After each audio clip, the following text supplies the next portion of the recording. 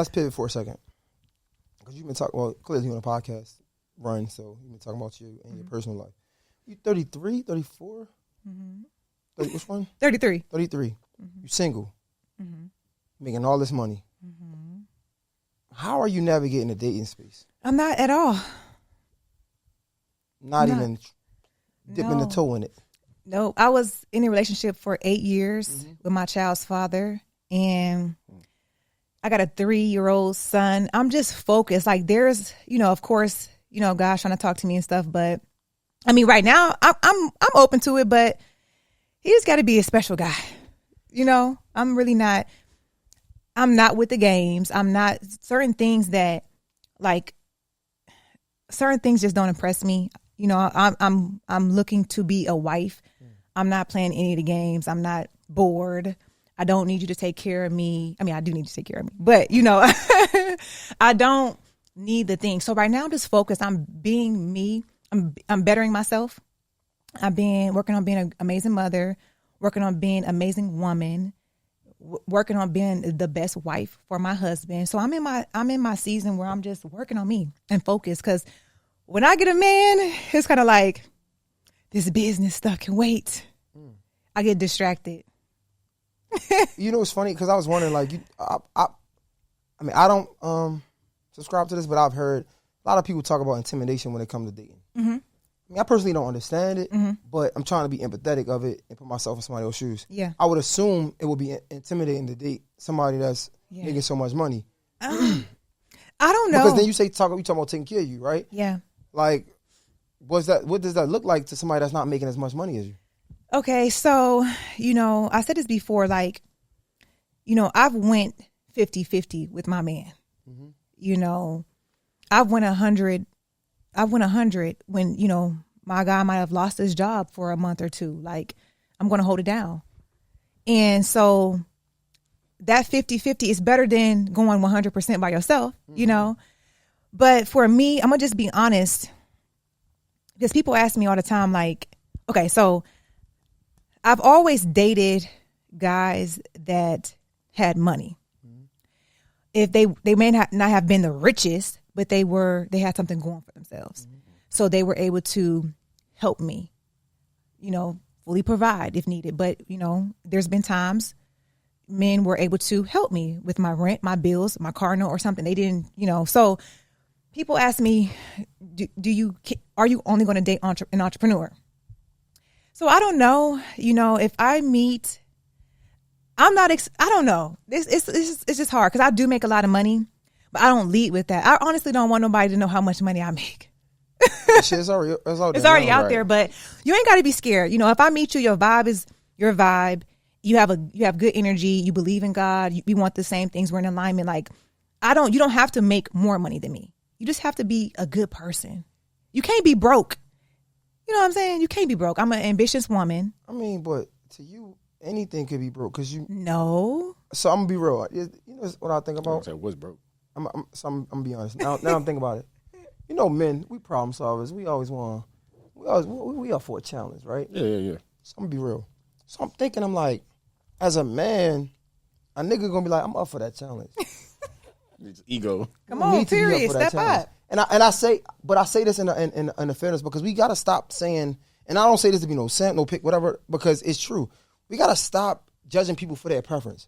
So I'm thinking, with my own experience, the more money I make, the higher my expenses get. And it don't have to be like that, but that's just naturally how we are, right? So I'm like, all right, so somebody that's making X amount of dollars, their expenses is probably X amount of dollars, right? Mm-mm. So when I think about a woman and a man relationship, a woman really supposed to be a helpmate to the man, right? But if you have a woman that's successful, you would want to be able to contribute to what she got going on. Mm-hmm. Picture this, though. I could be making $100,000. Mm-hmm. If you're making $10 million and your mortgage is, I don't know, $5,000-$10,000, I can't help you. Like, so it's like, real. You know what I'm saying? So it's like now I'm thinking, you can. You can definitely help. Okay, I'm gonna give you a little $1,000. You should still go. No, you can definitely. You want me to get you some coffee? Like, what you want me to Listen, that is special. you getting coffee, you supporting, you showing up when I'm doing these podcasts, you believing in me, you praying with me, you traveling with me, you getting the bags. Like, that's cool for my partner, my woman. But what I'm saying as a man, okay, and respectfully, I'm not trying to be judgmental or nothing. Yeah. I'm just thinking as a man, I don't even want to be in that position where, let's say, God forbid, you have a really bad month. I don't know, something happened, your bank account get hacked or whatever, right? And now you're looking at me. And you got to pay your mortgage. You're gonna be like, I'm hurt. And as a man, I need to do something. I need to be able to do something about that. Yeah. If I can't do something about that, I shouldn't be here. And as a woman, I would tell my daughter, as a woman, you shouldn't want a man who can't provide if you needed it. Not saying you want, not saying, I'm not saying you're there for the money. I'm not saying you're there to gold digger, nothing like that. But as when you have a partner, they should be able to help if you need it, even if you don't ask for it. Yeah. So that's what I'm thinking. I'm like, damn, like, how would I feel if my woman got this crib, this fat ass crib, right? And it's just something mess up. And she can be like, damn, bam. And even if she don't ask me, the fact that she says it, as a man, I want to do something. But if I can't, I'm like, shit. That's a hell of a position to be. Walk around, become Bob the Builder. I tell you what. No cap. That's DIY. I become. Your lights off. Hold up, back in the day, I used to. Chat GPT. How you fix this? No, because here's the thing though. Like, let's be realistic when it comes to me. I don't have, my overhead is so low. Like, if you work at UPS, baby, you could come do something about this. Okay. Yeah, like I don't. What's listen. low? She said low. She said if you work at low. UPS. What's low? Okay, think about it. UPS makes 6 figures now. See what I'm saying? So. Like, my overhead is low. With my team, with my business, like, I'm literally, my overhead probably like $6,000. Wow. That's insane. That's impressive. Yeah, if that. But yeah. As much as I want to have fun with this conversation, right? I feel like that's a conversation in itself. Was it always that low? It was lower. I feel like I'm doing too much right now. So how do you, because I think I did see you say like you don't do anything. Like how are you disciplined enough to not create more expenses? Because a lot of times as entrepreneurs, we think we need so many things that we don't. And we accumulate so many, so much overhead that's unnecessary where it's drowning us. It becomes a weight. Because I did it before. Okay. Yeah, I did it before. So I'm not doing it again. And I'm in that spot now where it's like, okay, I want to move to Miami.